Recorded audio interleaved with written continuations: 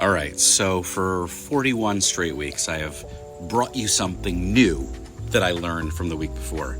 I've probably brought you a lot more than just 41 things, but this is the regular segment, so just go with me.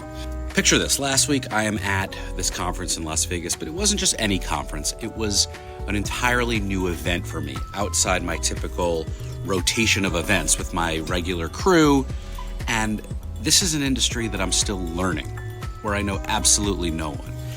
The convention center was packed, and every conversation can feel like an insider's club that I just didn't belong to yet.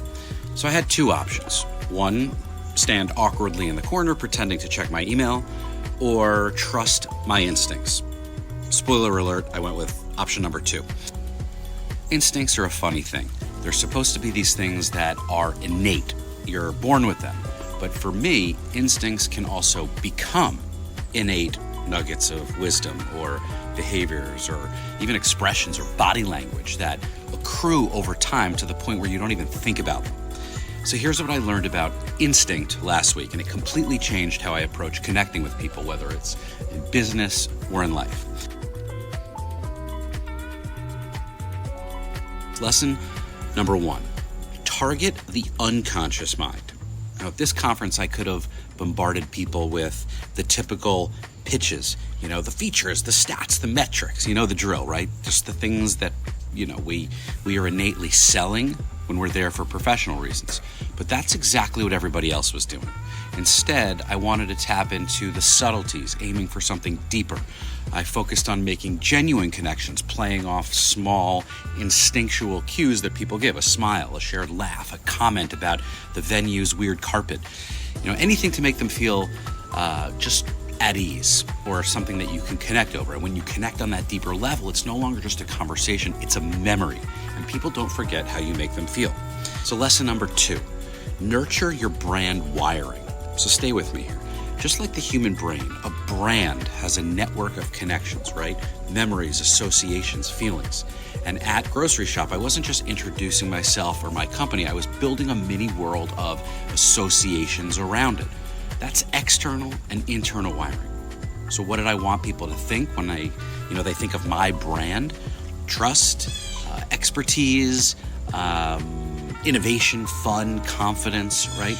Every conversation was a chance to reinforce these ideas, subtly, without sounding too salesy. My goal was to make them think that, oh, that guy, he's the one with the clever take on the marketing and retail media industry, right? I really liked him.